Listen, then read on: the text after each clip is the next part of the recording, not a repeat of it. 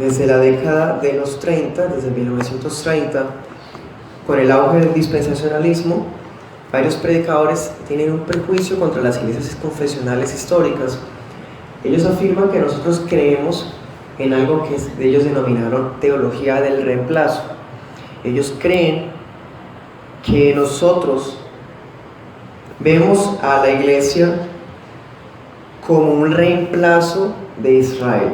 Es algo así como si Dios tuviera una esposa, la hubiera abandonado por un tiempo, o sea, se dieron un tiempo, y luego ahí tiene otra que es la iglesia, para luego volver con Israel. Esa es más o menos la idea que plantea el dispensacionalismo. Sí, una especie de caricatura la que les ofrezco, para que vean lo absurdo que es pensar de esa manera. ¿Sí? De todas maneras, fíjense que ellos parten del entendimiento de que iglesia e Israel son dos cosas diferentes. En cambio, nosotros partimos de que Dios tiene un solo pueblo, por lo tanto no hubo nunca ningún reemplazo. No hubo reemplazo, fue una continuación. Bueno, entonces nosotros creemos que la iglesia es la misma Israel, y Éxodo ofrece varias tipologías, referencias y detalles que encajan en forma perfecta con esto que estoy diciendo. Entonces, por ejemplo, mirábamos en el libro de Éxodo, en el capítulo 4, versículo 24 al 26, algunas referencias de Séfora, que es la esposa de Moisés, y mostrábamos que de la misma manera como Moisés es una tipología de Cristo, Séfora viene siendo una tipología de la iglesia. ¿Sí? Moisés es el libertador y profeta del pueblo, Cristo es nuestro libertador, redentor, y el profeta de la iglesia. ¿Sí? Asimismo, Moisés era el príncipe pastor que se casó con ella cuando fue rechazado por su pueblo. De la misma forma, como un anticipo del Evangelio, el Señor Jesús fue rechazado por su propio pueblo siendo príncipe y pastor, pero toma a su esposa de los gentiles, que es la iglesia. No quiere decir que haya un pueblo israelita y un pueblo gentil. En realidad son un solo pueblo. Lo que pasa es que el pueblo gentil no tenía acceso a las promesas, pero por la muerte de Cristo, el pueblo gentil ingresó a Israel. Bueno, mirábamos en aquel pasaje que el ángel del Señor se le presenta a Moisés con el propósito de matarlo, debido a que sus hijos eran incircuncisos. Él había incumplido el pacto, probablemente por un obstáculo que puso ella como mamá, como esposa. Entonces, cuando ella se da cuenta pues de que el ángel del Señor va a venir a matarlos, ella de una vez toma un pedernal y circuncida a su hijo, y confiesa que Moisés es esposo de sangre. ¿Sí? De la misma manera, en la iglesia estamos unidos al Señor por la sangre. Bueno, entonces vemos también otra conexión en ello. Y nosotros también le damos hijos al Señor en la medida en que vamos y hacemos discípulos a todas las naciones. Moisés regresó a Israel, o pues con su pueblo, acompañado de su esposa.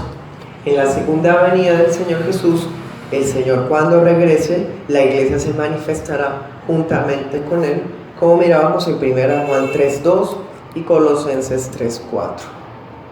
También mirábamos con base en 2 Corintios 3, que mientras al pueblo de Israel se le entregó en forma dramática el pacto, los términos del pacto, en este tiempo del nuevo pacto, la iglesia ha recibido una forma única, ya no desde una montaña de fuego, sino desde el Hijo de Dios, quien nos habla desde el cielo, ¿cierto? Y escribió su ley en nuestros corazones. ¿Sí?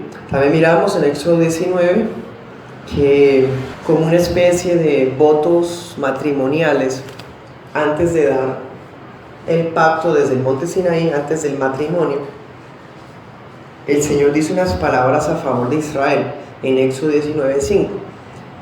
Entre esas palabras dice: si ustedes cumplen los términos del pacto, serán entonces mi especial tesoro sobre la tierra, mi pueblo un reino de sacerdotes, ¿cierto?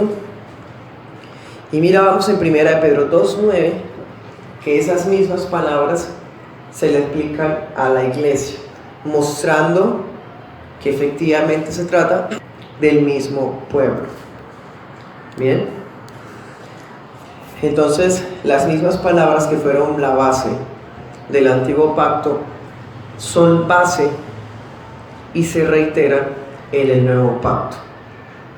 Efesios 2:14 confirma de una vez por todas, de raíz, este tema, que no es ningún prejuicio, sino es más bien una doctrina histórica, cristiana, bíblica, y es que Israel y la iglesia son un solo pueblo, y escrito está.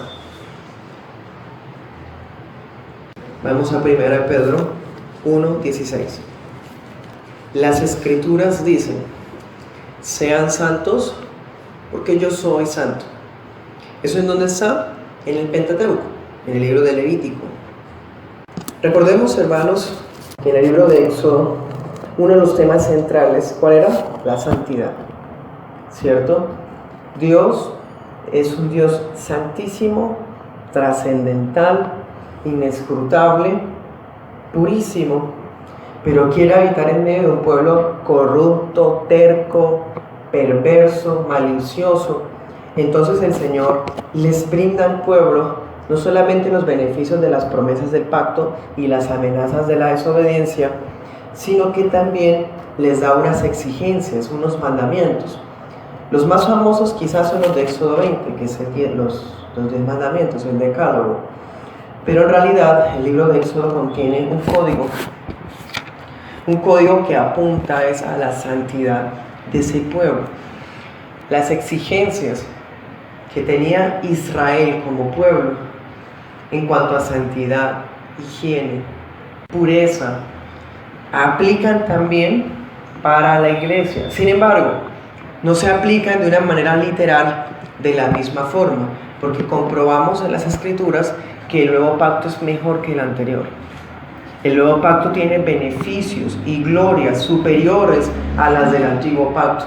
Por lo tanto, aplicar las cosas de Éxodo de la misma manera, bajo las mismas pautas, en el Nuevo Testamento es un pecado de ignorancia y atenta también contra la suficiencia del sacrificio de Cristo. De todas maneras, los principios morales que contiene Éxodo están vivos, vigentes y aplican para siempre. Los mandatos del Señor son eternos, dice la Escritura en Salmos. Efectivamente, aunque hay muchos aspectos civiles que están en el código de Éxodo, por ejemplo, Éxodo 22, que habla de la propiedad privada civil de la nación, otras leyes de responsabilidad social, por ejemplo, son temas que ya no tienen aplicación literal hoy, pero contienen principios vigentes para todas las épocas. Eso sí está vigente. Es algo así como si el espíritu de la ley, el espíritu de la norma, el núcleo esencial de los mandamientos del Señor sí están vivos, sí siguen siendo normativos para nosotros como iglesia. Bueno, eso también comprueba que efectivamente Israel y la iglesia es un solo pueblo, porque Éxodo, ¿de qué nos está hablando? Viéndolo desde la perspectiva de la iglesia, de la vida cristiana. Nos está hablando de una vida cristiana recta, de una vida cristiana en obediencia, de una vida cristiana que exige santidad, porque somos el pueblo de Dios. Precisamente esos principios son los que se exigían en el libro de Éxodo. Bueno, esa santidad no solamente es personal, hermanos. Esa santidad es colectiva. De tal forma que usted ve que los mandamientos están dados en forma genérica. Están dados para toda la comunidad. Pero fíjense, miren lo grande que es lo que abarca los mandatos del Señor. Porque aunque están siendo dados a la comunidad congregada, a la comunidad que recibió el pacto, cada mandamiento está dado en primera persona, o por lo menos de tú a tú. Por ejemplo, no matarás.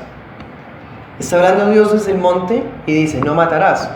Le está hablando es al pueblo que acaba de recibir como suyo, bajo un pacto. Pero cada mandato está apuntando a cada individuo. Eso es lo impresionante de la sabiduría de Dios, que nos abarca a todos y a cada uno de nosotros. Efectivamente, hermanos, los mandamientos del Señor exigen santidad para todo el pueblo.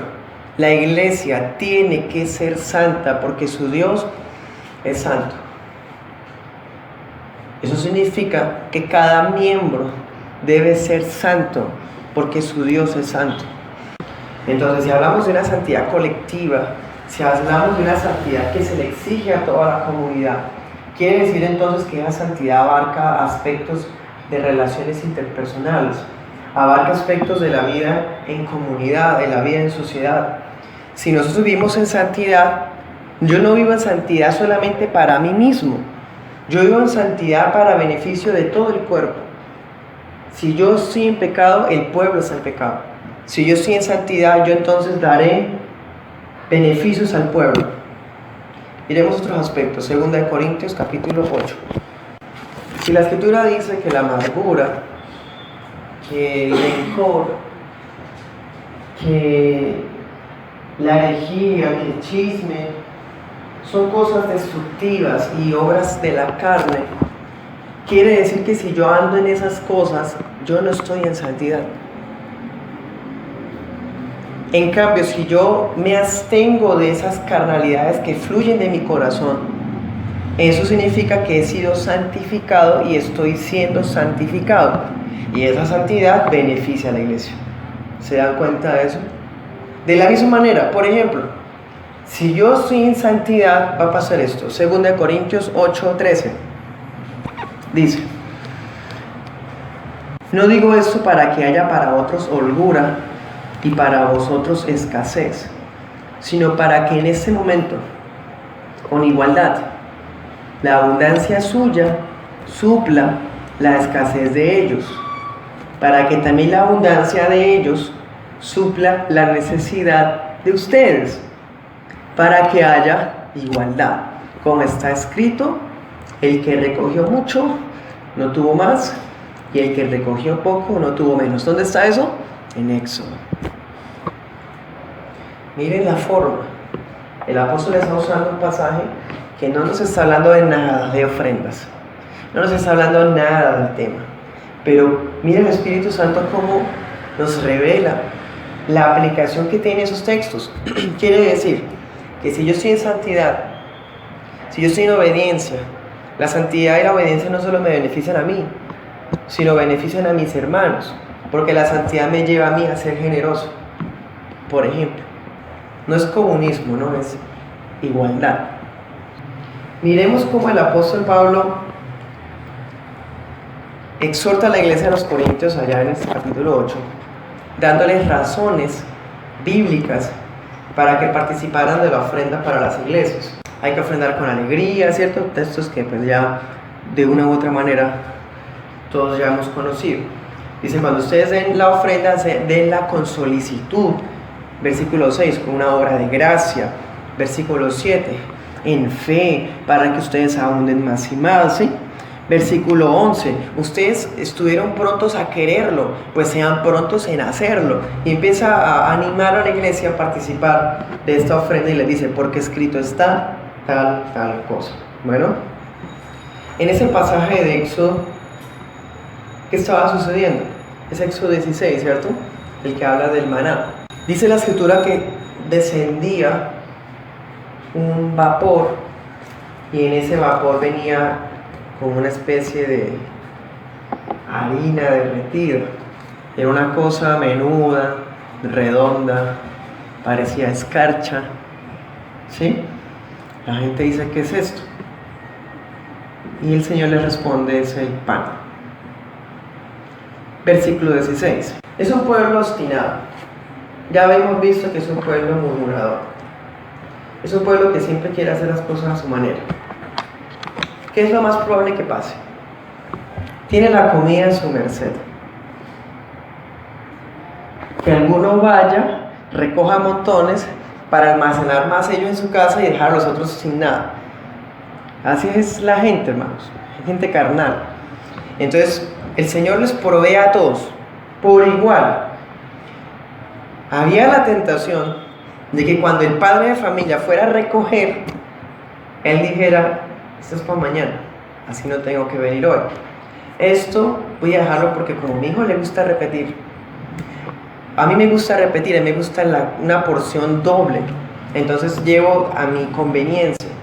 Pero hermanos, esa actitud estaba mal, es una actitud egoísta, carnal. Mira el versículo 16, dice, recojan lo que cada uno pueda comer. Es más, miren, les da la medida. Ojo, un gomer conforme al número de personas en su casa. Bueno, versículo 17. Los hijos de Israel lo hicieron así. Unos recogieron más, otros menos. Entonces suena como extraño, ¿no? No acaba de decir que igualdad. ¿Por qué dice que unos más y otros menos? Porque había familias con más gente que otras. Entonces se debía recoger un gomer por cabeza. ¿Sí? Resulta que en una familia de 7 se recogía más que la que él tenía 3. Por obvias razones. Pero en el momento en el que la persona recogiera con el propósito de guardar de forma egoísta, versículo 20, no obedecieron a Moisés. Siempre, hermanos, querían hacer las cosas a su manera y desobedecían las órdenes que daba Moisés como pastor de esta iglesia. Y decía, algunos dejaron algo para el otro día, pero crió gusanos y apestó. Entonces, ahí están los principios de generosidad.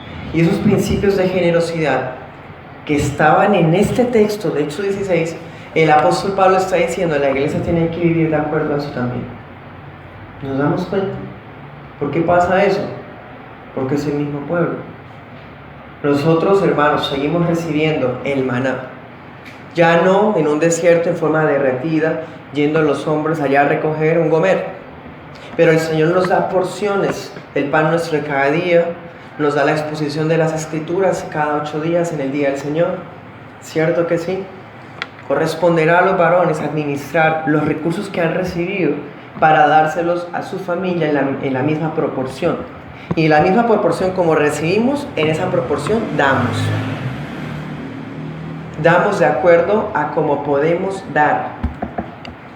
Y si pudiendo dar, nos abstenemos de dar porque queremos guardar para nosotros, se nos pudre. Ni sirvió para nosotros que fuimos egoístas y miserables, ni tampoco sirvió para los demás porque no sirvió para nadie, se pudrió. Esos principios, hermanos, están vigentes, incluso en los tiempos de ahora, porque el apóstol Pablo los está trayendo de una forma textual. Entonces nos damos cuenta, hermanos, que en asuntos tan prácticos como estos, la iglesia de Israel son un solo pueblo. Así que la abundancia de maná que recibe Israel es un ejemplo de la generosidad que debe caracterizar a una iglesia al momento de dar. Hoy día nosotros ya no estamos sujetos a primicias ni a diezmos prescritos de la misma manera como estaba en la ley, pero estamos sujetos a unos principios de generosidad, unos principios de liberalidad que sobrepasan por mucho un 10%. Antes teníamos la medida del gomer, ¿cierto? Teníamos la medida de lo primero que cosecháramos, teníamos la medida del primogénito, teníamos la medida de tanto de vino para la libación, tanto de harina para la ofrenda mecida, ¿cierto? Pero ahora ya no hay una medida estándar. En Éxodo también decía que en el censo de las personas tenían que dar 20 jeras, el ciclo del santuario, como el impuesto del censo. Hasta eso, hermanos. En cambio, ya hoy día no hay un impuesto de membresía por cabeza, de que entonces para construir el tabernáculo, si se dan cuenta, en el Nuevo Testamento ya no hay estándares establecidos de forma literal como porcentajes, medidas, precios, valores, ¿cierto? Porque ahora rige un principio que es mucho más grande, Así como Dios dio a su Hijo unigénito lo mejor de sí, nosotros ahora estamos regidos bajo la generosidad que es mucho más grande que un 10%, que una primicia, mucho más grande que las 20 jeras. Así que si una persona con base en eso no da, demuestra que no entiende el Evangelio.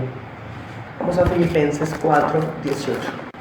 ¿Cuál era la actitud del Señor cuando el pueblo andaba en obediencia? Cuando el pueblo llevaba al altar holocaustos y sacrificios, ¿cómo se sentía el corazón del Señor, por así decirlo? En esta ocasión, el apóstol Pablo nos dice que las iglesias de Macedonia, que son Tesalónica y Filipos, como lo vimos la semana pasada, eran bastante generosas y le habían dado una ofrenda grande a Pablo, y Pablo les dice: todo lo he recibido. O sea, le da el acuso de recibido, ¿no? De esta donación que recibió de ellos. Tengo abundancia, estoy lleno. Yo recibí de Epafrodito lo que me enviaron. ¿Cómo? Olor fragante, sacrificio acepto, agradable a Dios. ¿Por qué nos habla de esa manera? Está hablando en lenguaje de Éxodo. Está hablándonos en lenguaje de Levítico. Porque los sacrificios que hoy este pueblo de Israel da son las ofrendas de generosidad. Cuando nosotros damos con la actitud que caracterizó lo que Pablo decía en 2 Corintios 8, Dios recibe eso como antes recibía las ofrendas y sacrificios. Dice acá, sacrificio acepto, quiere decir que cumplía los requisitos, y agradable a Dios, olor fragante, así como el incienso, ¿cierto? Como el sacrificio de Noé, como el sacrificio de Samuel, como, en fin, hermanos. Entonces, ya no estamos sujetos a rituales y ceremonias del Antiguo Testamento, pero fíjense, los principios siempre están vigentes. Ya no hacemos los holocaustos, pero cuando damos una ofrenda, para Dios es como el mismo aroma que recibía. Cuando hay un holocausto bien hecho, eso es lo que Él recibe y percibe cuando damos una ofrenda con el corazón adecuado. Bueno, y eso está vigente. Las buenas obras que ustedes y yo hagamos en favor de ¿quiénes? De nosotros mismos. Las buenas obras que usted haga para su familia, ¿sí? Para su casa, o sea, su hogar, son las que Dios recibe como olor fragante. Pues hermano, es obediencia a los roles, por ejemplo el varón proveyendo su casa. Pero el texto nos está hablando de una buena obra que se hace en favor de terceros. Porque ¿qué es más fácil? ¿Ayudar a mi propia casa o la casa de otro? ¿Qué tiene más mérito? ¿Ayudar a los que me aman? ¿Saludar a los que me saludan? ¿Amar a los que me aman? ¿O tiene más mérito orar por los que me odian? ¿Dar a los que me quitan? ¿Qué tiene más mérito? Sabemos que es tan maravilloso que cuando andamos en esas mismas buenas obras, Dios actúa igual. Ya no hay un libro de tercera de crónicas de la iglesia, segunda de Hechos de los Apóstoles, donde se diga: y cuando la iglesia Girón hizo esto, el Señor percibió un aroma agradable. No, pero sabemos que así es, porque nuestro Dios no cambia.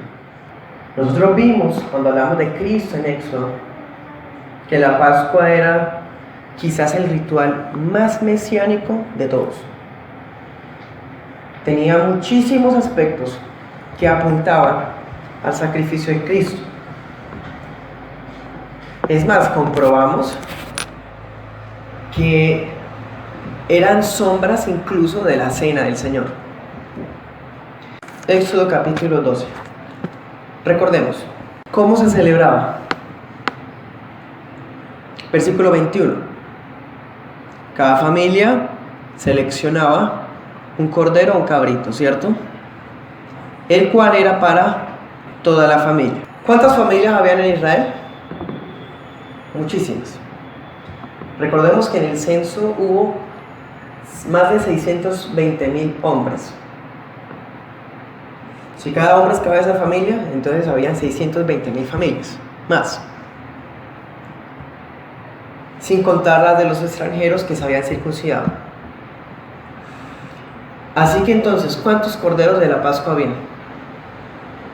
620,000, muchos más, ¿cierto que sí? Ah, pero esperen, había unas familias que cuando eran muy pequeñas iban a donde era la familia más grande para que usaran solamente un corderito y así no se perdiera nada de la carne. Entonces pensemos, no 620,000, sino 600,000 cerrados.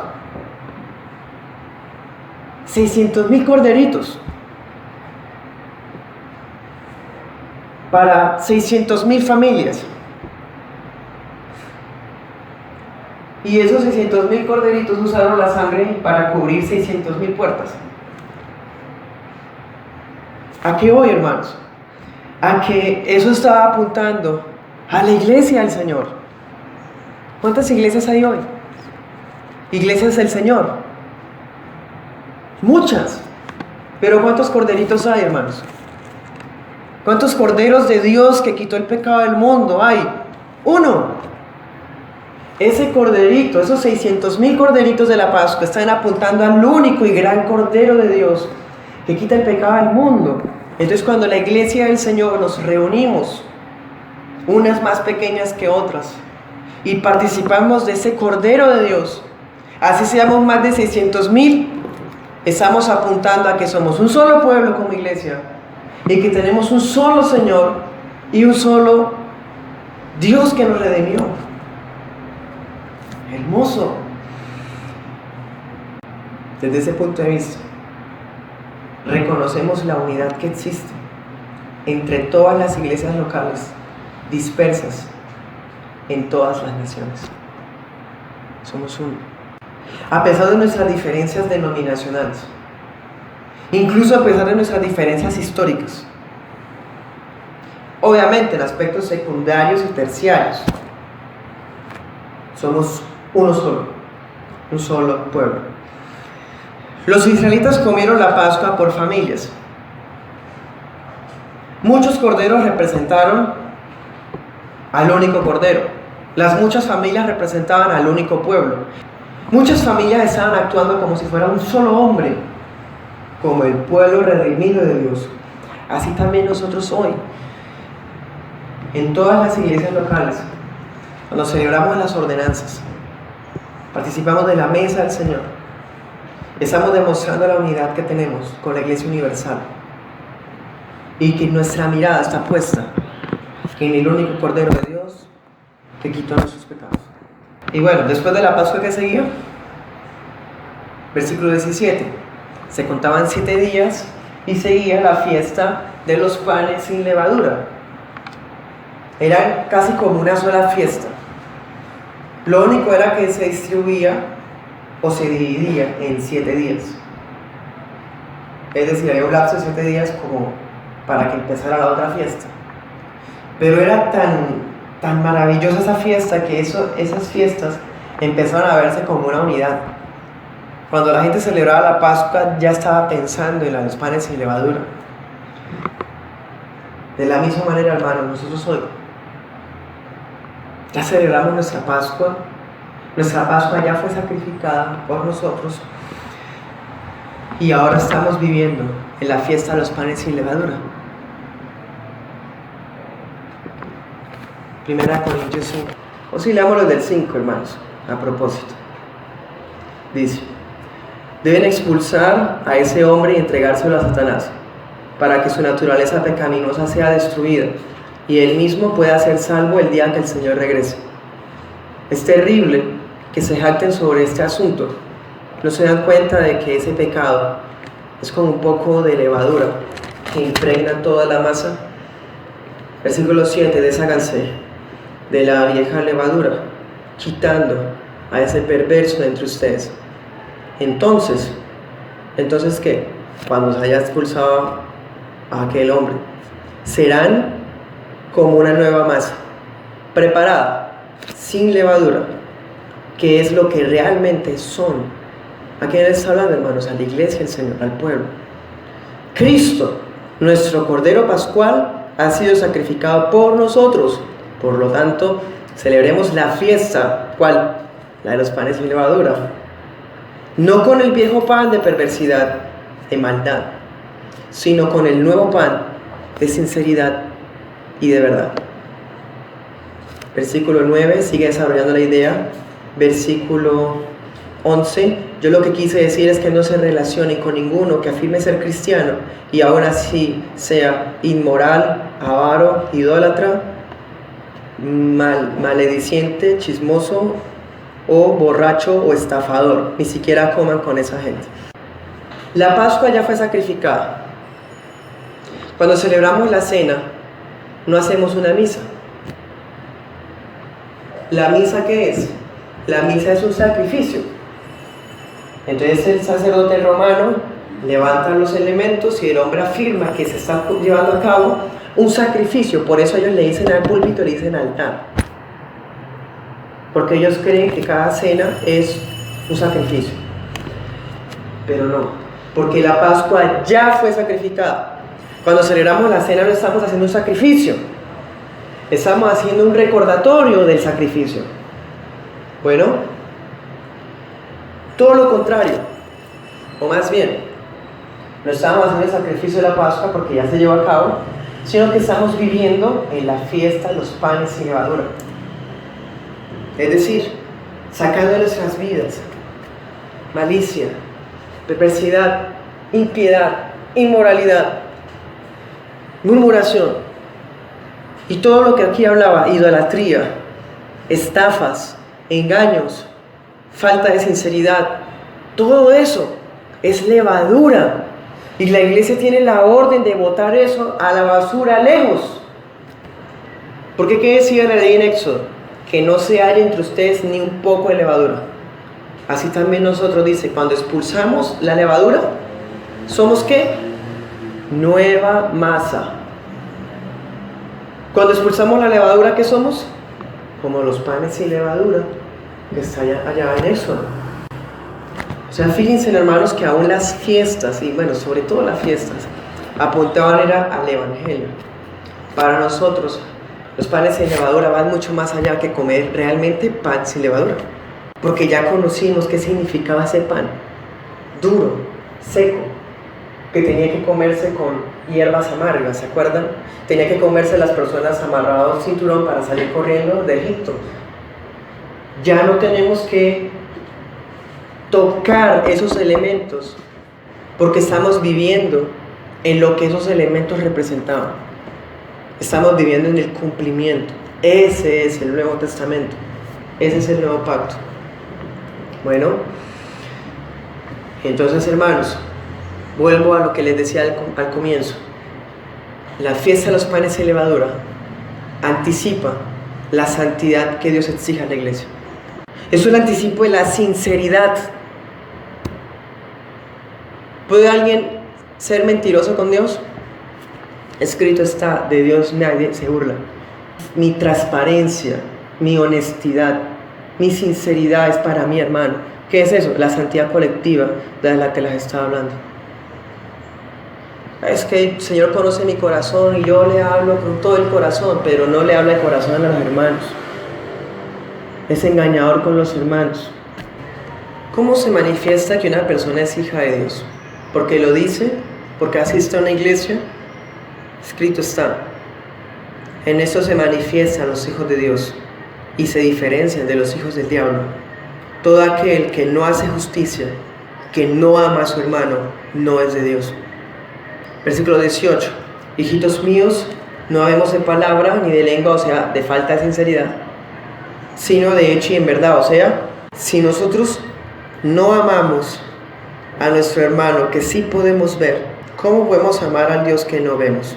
4:20 dice, si alguno dice yo amo a Dios, pero guarda en su corazón resentimiento contra su hermano, ¿qué es? Mentiroso. Pues si no ama a su hermano a quien ha visto, ¿cómo puede amar a Dios a quien no ha visto? Entonces, hermanos, la iglesia estamos viviendo en esa fiesta que dura más de 7 días. A propósito, son 7, ¿no? Bueno, eso lo hablaré cuando sea la prédica de ese capítulo.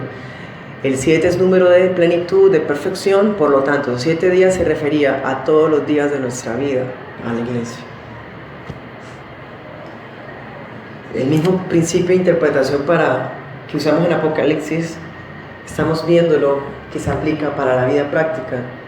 de la iglesia. Ya no son 7 días de panes sin levadura.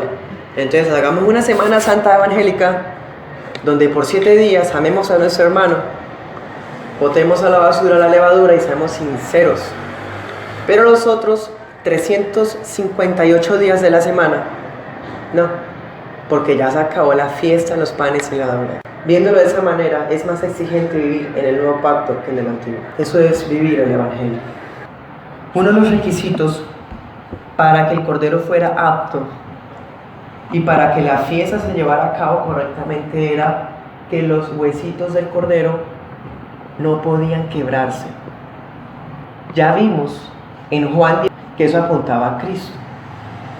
Cuando Cristo estaba en la cruz y le iban a romper las rodillas, la providencia del Señor detuvo a ese impío miserable de hacerlo, porque Dios estaba en control. Y el hombre que estaría acostumbrado a hacerlo, a ser sádico, seguramente un hombre sin escrúpulos, pudo haberlo hecho, pero el Señor detiene aún el corazón más depravado de la vida, lo detiene. Y no, entonces otro, ya sabemos, le incrustó la lanza. Pero en últimas, ningún hueso del Señor fue quebrado nunca.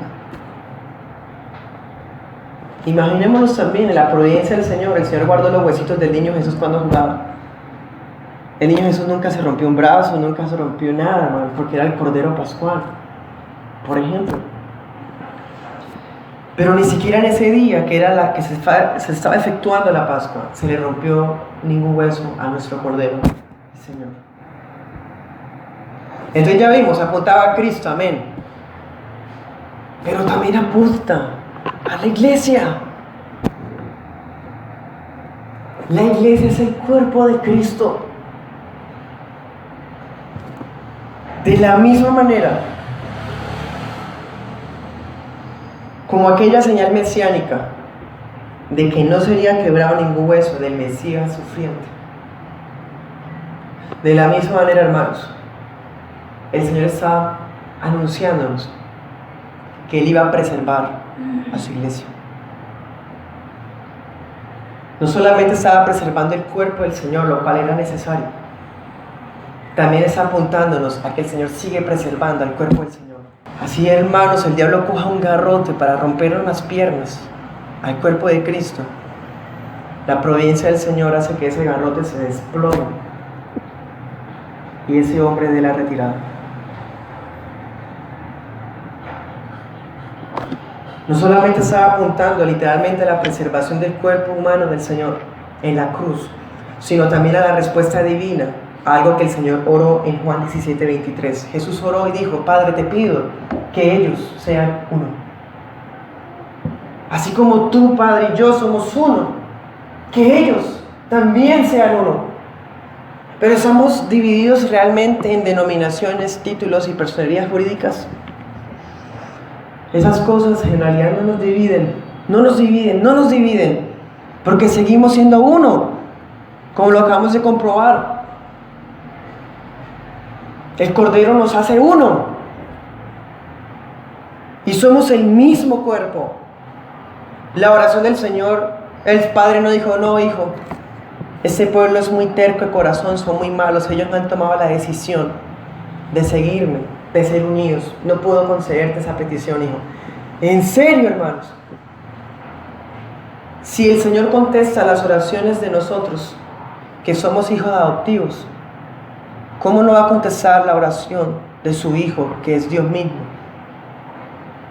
¿Se quedó sin contestación la oración de Cristo por unidad a favor de la iglesia? No, ya la resolvió, porque somos uno en Cristo. Y aunque el diablo, el mundo, el pecado, los falsos maestros, los divisores, los herejes, los escarnecedores o cualquier cosa creada quiera desunir al cuerpo de Cristo, arrancar sus miembros, echarlos a perder, la preservación especial de la gracia de Dios mantendrá unida a la iglesia para siempre. El Señor nos preservará. Y aunque el enemigo puede hacerle mucho daño a la iglesia local, hasta el punto de borrarla, de literalmente acabarla, la iglesia universal es invencible. que muchas veces pareciera que el diablo ganó, que la iglesia fue vencida, pero así no es. Así nunca va a ser. Tenemos a un Señor, hermanos, que está vestido de vestiduras blancas, vestidura salpicada con la sangre de los que hirieron a la iglesia. Bueno, en el libro de Éxodo, los ángeles juegan un papel muy importante. Si recordamos, en el libro de Génesis hay distintas apariciones de ángeles. Muchos ángeles intervinieron en el relato del Génesis. Entonces recordamos, por ejemplo, a los querubines que protegieron el Edén, el árbol de la vida. Asimismo, el ángel que buscó a Agar, los ángeles que liberaron a Lot, en fin. Sin embargo, el libro de Éxodo es mucho más enfático, porque recordemos que la revelación cada vez ha sido más grande y más amplia, y la presencia de Dios, el nombre de Dios, la revelación de Dios es mucho más extensa, y eso incluye a los ángeles. Los ángeles son portadores, son mensajeros, como mirábamos en nuestra clase de discipulado sobre angelología. Los ángeles son mensajeros de la palabra de Dios en el tiempo cuando se estaba recopilando la escritura, y también son mensajeros de su buena voluntad para con su iglesia. Por eso es que es tan normal que veamos que ángeles participan activamente en cómo Dios recoge a su pueblo que estaba atrapado por una nación muy poderosa, que en ese momento sería la nación más poderosa del mundo. La primera vez que aparece un ángel en el libro es en Éxodo capítulo 3. No voy a ahondar mucho por dos razones. Primero, porque ya sabemos quién es. Eso lo dijimos cuando hablamos de cristología en el libro. Y asimismo, cuando sea nuestra predicación sobre Éxodo 3, ahí sí desmenuzaremos versículo a versículo. De todas maneras, sepamos que Éxodo 3:2 muy claramente nos dice que se le apareció a Moisés el ángel. La expresión ángel de Jehová, el ángel de Jehová, ya había sido utilizada cuando Abraham iba a sacrificar a Isaac. El ángel de Jehová le dijo: Abraham, Abraham. También había aparecido esa expresión cuando el ángel del Señor buscó a Agar. Entonces, por eso es que el autor, el escritor de Éxodo, no nos va a dar una explicación de dónde salió ese ángel, porque se supone que ya se leyó el primer tomo, que es Génesis. Entonces, cuando uno lee esta expresión del ángel de Jehová, ya se imagina que es el mismo que estaba cientos de años atrás de Éxodo, mostrando que este ser es inmortal. Pero aquí dice el ángel. Entonces, a primera vista pareciera que se trata de una criatura angelical. Ahora vamos a Hechos 7:30. Pasados 40 años, un ángel se le apareció en el desierto del monte Sinaí en la llama de fuego de una zarza. Esteban nos está diciendo un ángel, y sabiendo él de quién se trata, él se refiere de esa manera. ¿Por qué?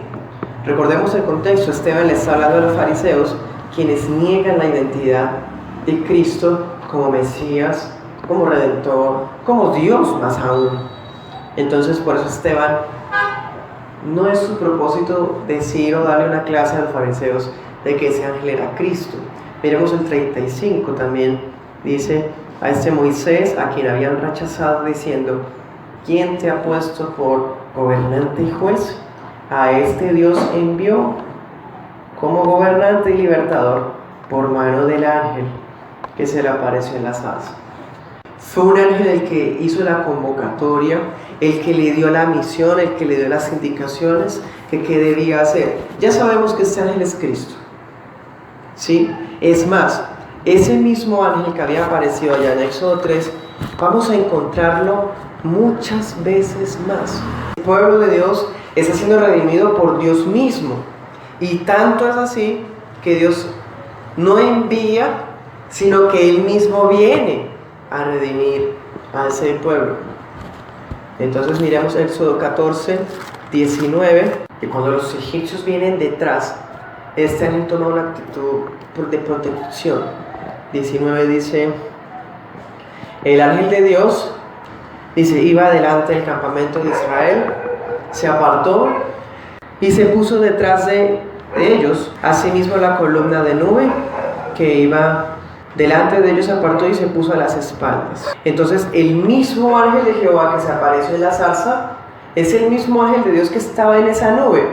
Cuando mirábamos el texto de Corintios, vimos que esa nube era la presencia misma de Dios Padre y Espíritu Santo. Vimos que este ángel también es Cristo. Cristo, Dios Hijo, aparece en forma de ángel.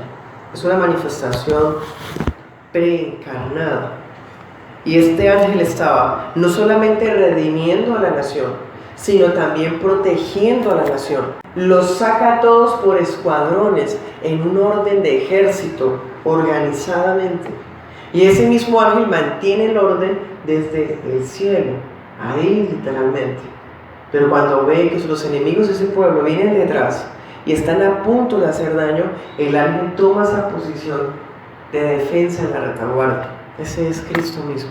Por eso recordamos ese texto en Salmos que dice: el ángel de Jehová acampa alrededor de los que le temen.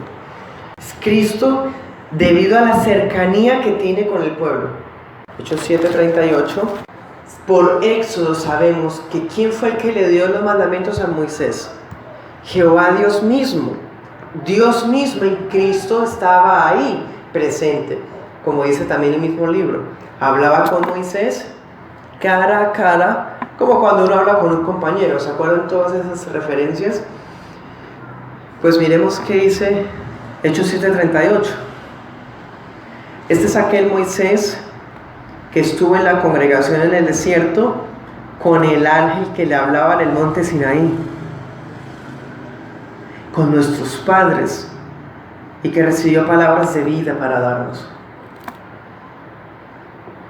El texto nos está diciendo que Moisés recibió la ley por intermediario de ángeles, pero no ángeles común y corriente, ni siquiera un ángel cualquiera, ni siquiera un serafín, porque dice el ángel que le hablaba en el monte, el mismo que le habló a Abraham cuando Abraham estaba en el monte sacrificando a su hijo, el mismo que le hablaba a Agar, el mismo que buscó a Adán.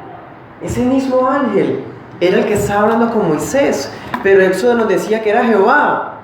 Este ángel es Cristo. Además, miremos, el ángel que le estaba dando a Moisés palabras de vida. La misma confesión de Pedro. ¿A dónde más podemos ir si solo tú tienes palabras de vida eterna? Pedro también dijo: déjanos quedarnos aquí, hacemos unas chozas para contemplar tu gloria. Pedro y Moisés en estas escenas son dos hombres muy similares en su amor por Cristo. Entonces, hermanos, podemos ver que en el Sinaí, Cristo era quien hablaba con Moisés. En Hechos 7 nos dice el ángel que le hablaba a Moisés en el Sinaí. Vamos a Gálatas 3:19. ¿Quién puede saber qué ocurría ahí, en ese momento, en la entrega de los mandamientos, sino solo Moisés? Recordemos que Moisés estaba allá y que los israelitas vieron a Moisés subir al monte y entró a la nube. De ahí para allá no podían ver absolutamente nada. Por eso es que cuando pasan 40 días dicen: no sabemos qué le pasó a este hombre, de pronto murió allá. Los truenos lo mataron, ¿no? O sea, hagámonos un becerro porque ya no vino. Ya no se podía ver. El único que podía saber qué estaba pasando allá ni siquiera era Josué, porque recordemos que Josué lo acompañó en la segunda vuelta, en la segunda ocasión. Pero Josué se quedó a la mitad del monte. En cambio, Moisés entró a la nube.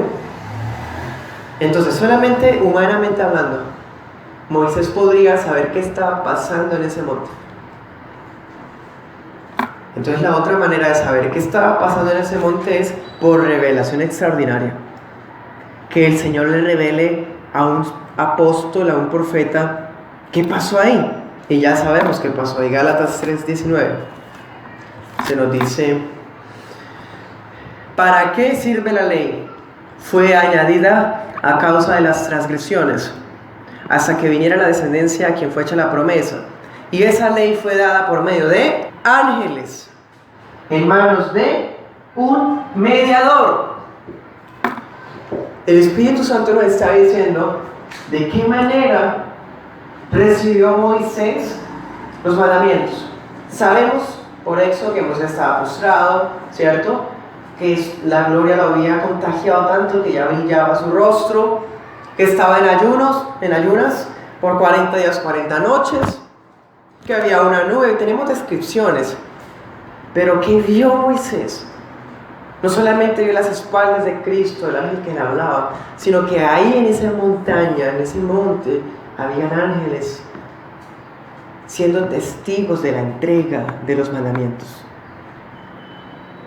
Habían ángeles ahí. Entonces, cuando Cristo entrega las palabras de vida, se las entrega a un mediador. ¿Quién es el mediador? Moisés. ¿Quién es el mediador del antiguo pacto? Moisés. Y Moisés recibe las palabras de vida por intermediario de ángeles. También por eso, la gracia del nuevo pacto es muchísimo más grande.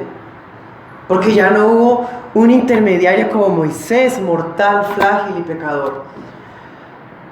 Es Cristo mismo, y los testigos ya no son ángeles, sino es la humanidad entera, incluyendo a los ángeles también. Pero ya no hay intermediación de ángeles como aquí, porque es Cristo mismo el que viene y hace la entrega del nuevo pacto. Aquí, aunque Cristo estaba entregando, había un mediador aparte, un mortal, una prueba de que las condiciones de ese pacto iban a ser quebradas, iban a fallar. No por el Señor, porque Él siempre es fiel, porque Él guarda el pacto y la misericordia sobre los que le temen y guardan sus mandamientos, sino a causa del pueblo tan inclinado al mal. Prueba de eso, Moisés. Incluso el gran Moisés iba a pecar y él no iba a entrar a la tierra prometida. El mediador del antiguo pacto pecó.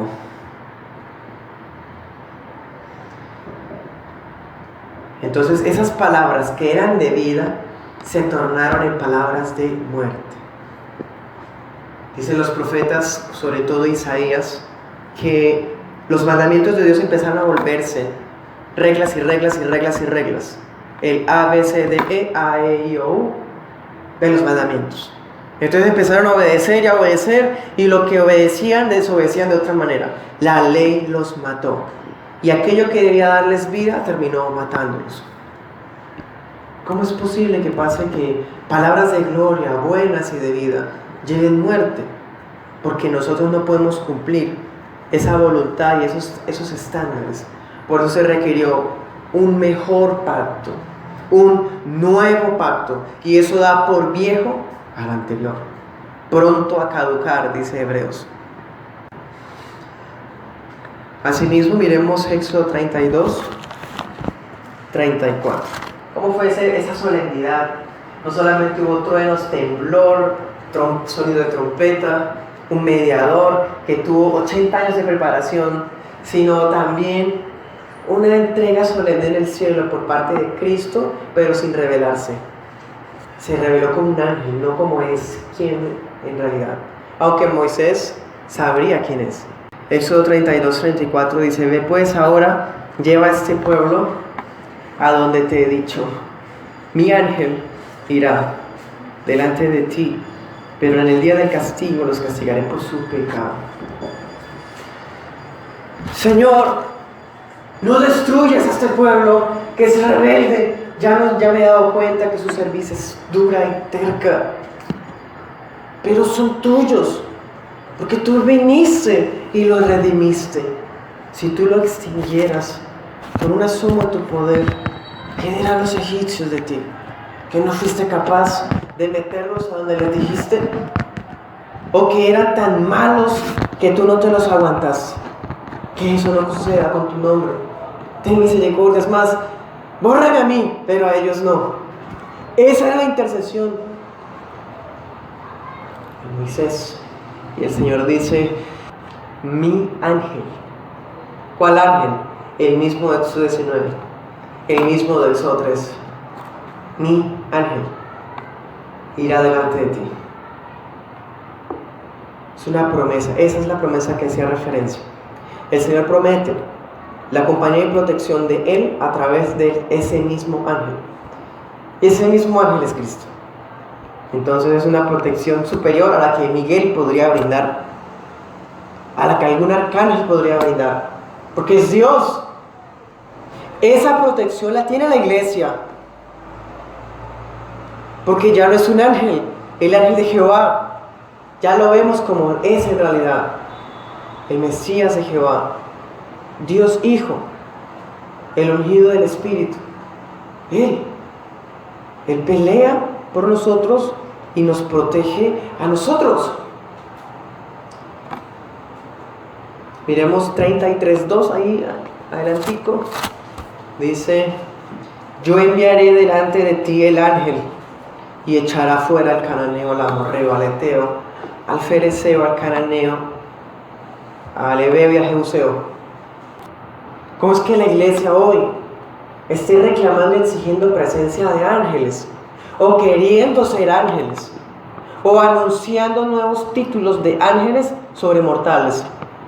Entonces hoy día hay tendencias de personas que dicen que ellos son querubines, que ellos son ángeles, que fueron ángeles en su vida pasada, supuestamente en sus preexistencias, creencia extraña, o que cuando se muere la persona se convierte en un ángel. Todas esas cosas son falsas y vanas.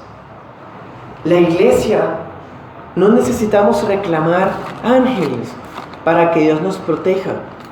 Dios mismo los da en su buena voluntad, y más aún, Él mismo es nuestra protección. Miren cómo la voluntad de Dios se cumple en la obediencia del hombre. Miramos que Dios dice, yo echaré por medio de mi ángel a los paganos. Pero Dios les ordena en el mismo libro, ustedes deberán echar a los paganos. ¿Ven? Dios mismo lo iba a hacer a través del ángel y a través del mismo pueblo. Y eso era obediencia a la palabra. De tal manera que cuando cumplieran eso, se iba a decir, no fueron ellos, sino fue Dios. Pero si ellos desobedecían, no fue Dios, fueron ellos. Así funciona la voluntad de Dios con la responsabilidad del hombre. Siempre Él da una orden y asegura que es Él el que hace todas las cosas, pero también nosotros obedecemos la palabra.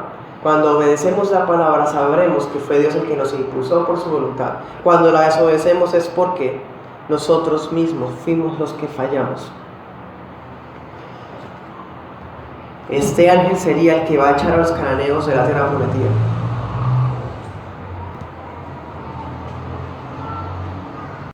Es Dios mismo el que echa a los incircuncisos del campamento. Es Dios mismo el que echa a los incircuncisos de la iglesia. La iglesia obedece una orden estipulada, y al hacerlo en el nombre de Dios, es Cristo mismo el que hace la expulsión. Eso sigue ocurriendo. Cristo es tan importante que su papel no se ve solamente en la cruz. Su intervención se ve incluso antes de la cruz. En el libro de Éxodo lo vemos intervenir. El que iba a morir en la cruz por nuestros pecados ya había venido, no como hombre desde luego, para redimir al pueblo del cual Él vendría después. Cristo interviene en el desarrollo del pacto de redención. Cristo interviene. Él no solamente da las condiciones y deja al pueblo a que haga y obedezca. Y si no obedece, mal, y si obedece, pues ahí sí Él va a cumplir. Y se queda de brazos cruzados esperando a que las personas y su pueblo, ni siquiera su pueblo, sea capaz de obedecer si Él se queda de brazos cruzados. Entonces, ¿qué hace? Da las condiciones, da las promesas, da las amenazas, da los mandamientos, pero no se queda de brazos cruzados. Mismo viene, guía al pueblo, lo direcciona, lo protege. El mismo que vino a la cruz, que vino antes a redimir al pueblo, a sacarlo de Egipto, que lo protegió, que echó a los cananeos, el mismo que protegió a la iglesia todos estos siglos que han pasado, Él será el que consumará toda la historia cuando regrese. Entonces, hermanos, Cristo siempre ha estado presente, activamente, construyendo a su iglesia. Él dijo: sobre esa roca edificaré mi iglesia. El que la edifica es Cristo. Y no lo empezó a hacer desde Pedro, lo empezó a hacer desde antes de la eternidad, desde cuando llamó a Adán, le dio la promesa de su venida a Eva, y así sucesivamente en la historia. Cristo ha protegido personalmente a su iglesia desde los siglos de los siglos. Su iglesia siempre ha sido su especial tesoro. Anoten estas citas bíblicas: Hebreos 1:7, Apocalipsis 7:2 y Apocalipsis 9:15. Con base en textos como esos, vamos a hacer una deducción sana, lógica. Vimos ahorita que cuando estaba la entrega de los mandamientos, habían ángeles. Lo vimos en Gálatas, ¿cierto? Pero no solamente en esas escenas. Por ejemplo, en Éxodo 6:6 o Éxodo 7:4, cuando son las plagas de Egipto, nosotros sabemos que en el cumplimiento de esas plagas, Dios usa a los ángeles para llevar a cabo su voluntad. Ese juicio que Dios iba a llevar a los egipcios para sacar a su pueblo fue movido por la mano soberana de Dios a través de ángeles.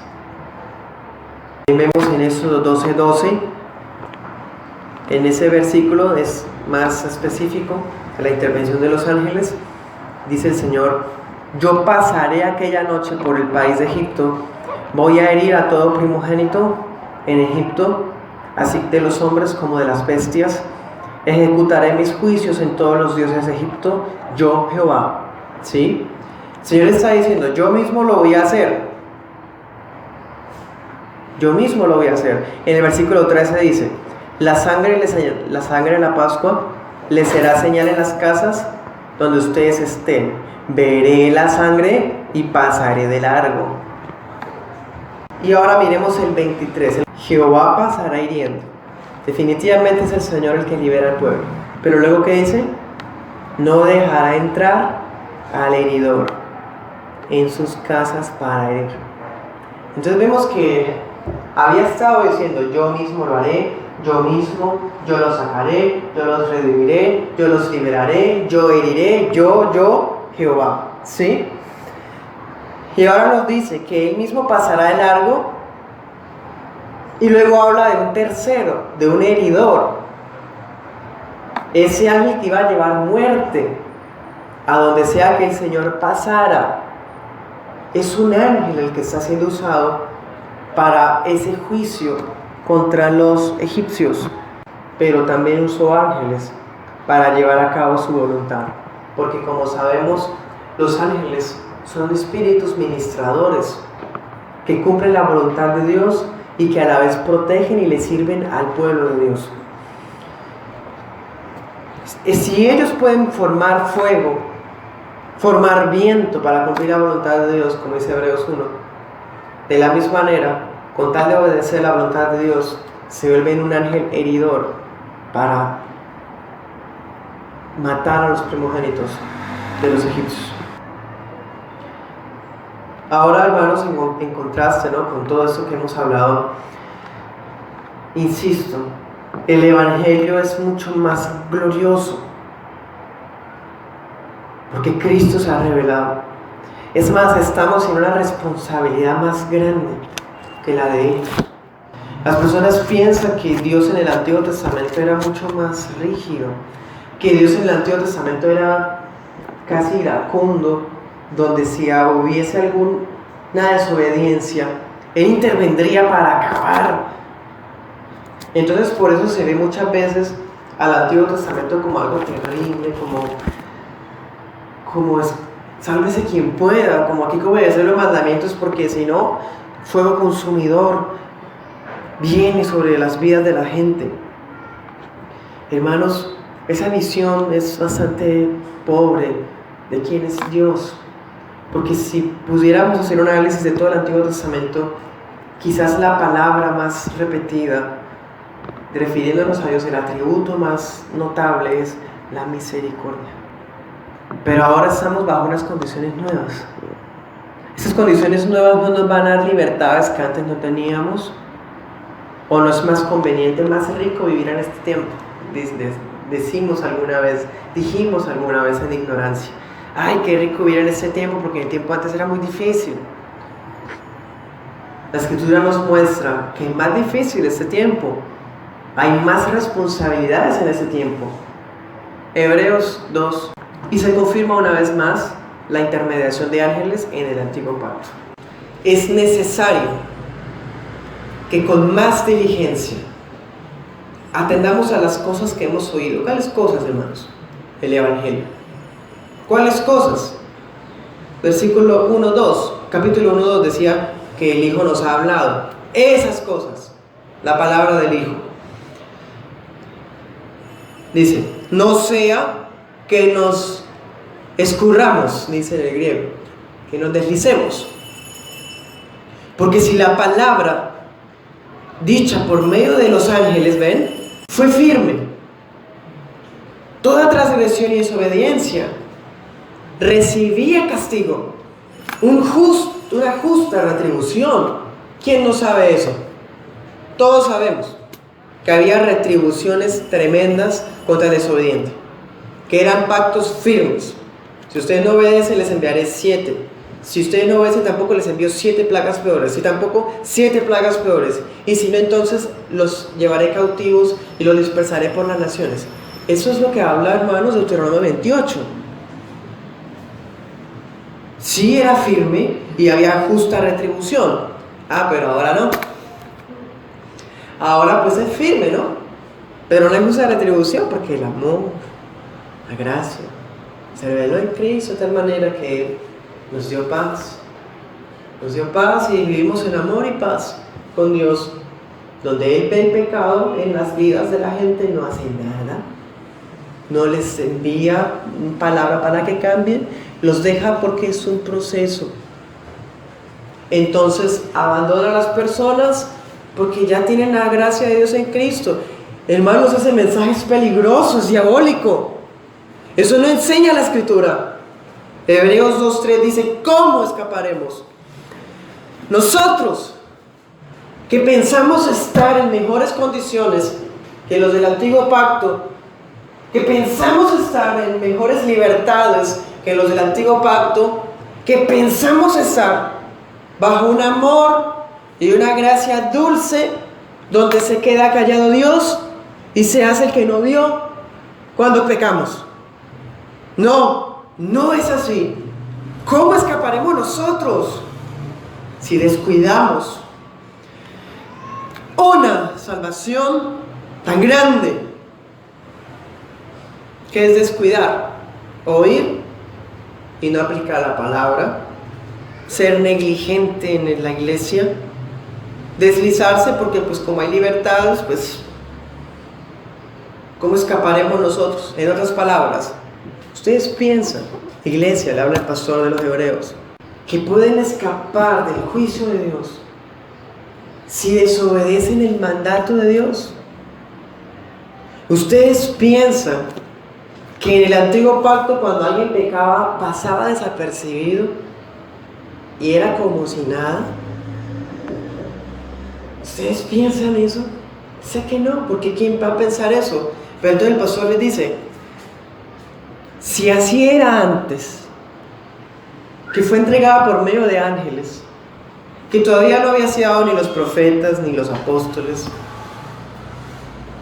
¿cómo piensa que podríamos escapar si escuchando el mensaje que vino de la boca del Hijo de Dios, que se hizo hombre, desobedecemos, nos deslizamos, vivimos una vida desordenada, completamente igual a antes, si es que ese antes realmente existió en las personas, ¿no? Versículo 3 dice: ¿cómo escaparemos nosotros si descuidamos una salvación tan grande, la cual, dice, habiendo sido anunciada primeramente por el Señor? ¿Quién había hablado antes? Los ángeles. ¿Los ángeles hablaron por medio de quién? De un mediador, Moisés. Bueno, ¿cuáles son las condiciones del nuevo pacto? Dice, el Señor mismo vino. ¿Cómo es Señor? La palabra Señor, ¿qué significa? Jehová. Es como si nos estuviera diciendo, Jehová vino a decirnos. Jehová vino en Cristo. Y sabemos que es así. Era Jehová Dios. El Señor vino, la anunció. La salvación tan grande fue confirmada por los que oyeron. ¿Quiénes son los que oyeron? Los apóstoles y la primera generación que vio a Cristo. Versículo 4. Testificando Dios juntamente con ellos con señales, prodigios y diversos milagros, el Padre confirmó que Cristo es Dios, su Hijo y el prometido, porque lo resucitó, lo levantó. ¿Y qué más dice? Y repartimiento del Espíritu Santo según su voluntad. El Espíritu Santo también confirmó el mensaje a través de la iglesia en Hechos de los Apóstoles, por medio de los dones del Espíritu. Dicho de otra manera, ¿quién tiene más responsabilidad? ¿Ellos o nosotros? Nosotros. Si los de antes no escaparon por un mensaje dado por ángeles, nadie que se disfrace de iglesia o que diga que es cristiano y se desliza va a escapar. No puede escapar. No hay escapatoria de la justa retribución. Si antes no la hubo, ahora menos. Porque fue Dios Padre, Dios Hijo, Dios Espíritu Santo, los apóstoles, quienes trajeron el mensaje directamente. Ya no hay ángeles de por medio. Entonces, este es el Evangelio de la Gracia. Este es. El Evangelio de la Gracia no es el de acariciar a las personas que están en pecado y decirles tranquilo, Dios te ama de todas maneras. Sigue adelante. El Evangelio de la Gracia es que aunque merecíamos destrucción, Cristo vino. Amén. Esa es la gracia. Pero ahora, como ya Cristo vino, no podemos vivir de una manera liberal, de acuerdo a nuestros pensamientos, a nuestros sentimientos, emociones, darle rienda suelta a lo que imaginamos. Eso no es la gracia, porque mire que la gracia conlleva responsabilidad más tremenda. Entonces, hermanos, nosotros tenemos el mensaje de la promesa cumplido ya. Así que ya vamos a recurrir a sombras de antes. ¿Cuáles sombras habían antes? Miremos un ejemplo de sombras. De sombras, cuando digo sombras, recordemos, hablo de tipología, o sea, cosas que se usaban antes que tenían un significado que después se reveló en el Nuevo Testamento. Y como ya se reveló, ya no necesitamos usar esas sombras. ¿Para qué? Si ya tenemos el cumplimiento. Entonces, miremos algunas. Éxodo 25, 18, 19. Si quieren, anótenlas. No necesitamos poner la imagen de los querubines, o en nuestras iglesias poner imágenes de querubines, porque vino alguien que es más grande que los querubines. Vino alguien a quien los querubines adoran. También miremos Éxodo 26, 1 y 31. Éxodo 36, 8 y 35. En esos versículos se nos dice: Moisés, haz las cortinas del tabernáculo de esta y esta manera, y hazle diseño de querubines. Es decir, las cortinas del tabernáculo tenían dibujados querubines. Esas son las otras veces que aparecen ángeles en el libro de Éxodo.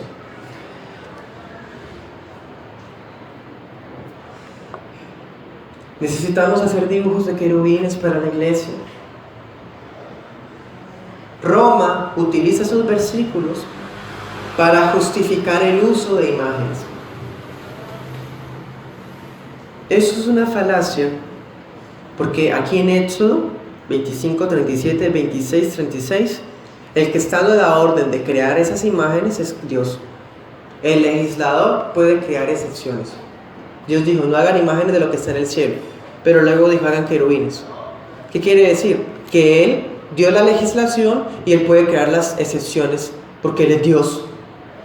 Entonces nosotros no tenemos derecho a hacernos dibujitos de lo que hay en el cielo, sino lo que Él dice que hagamos.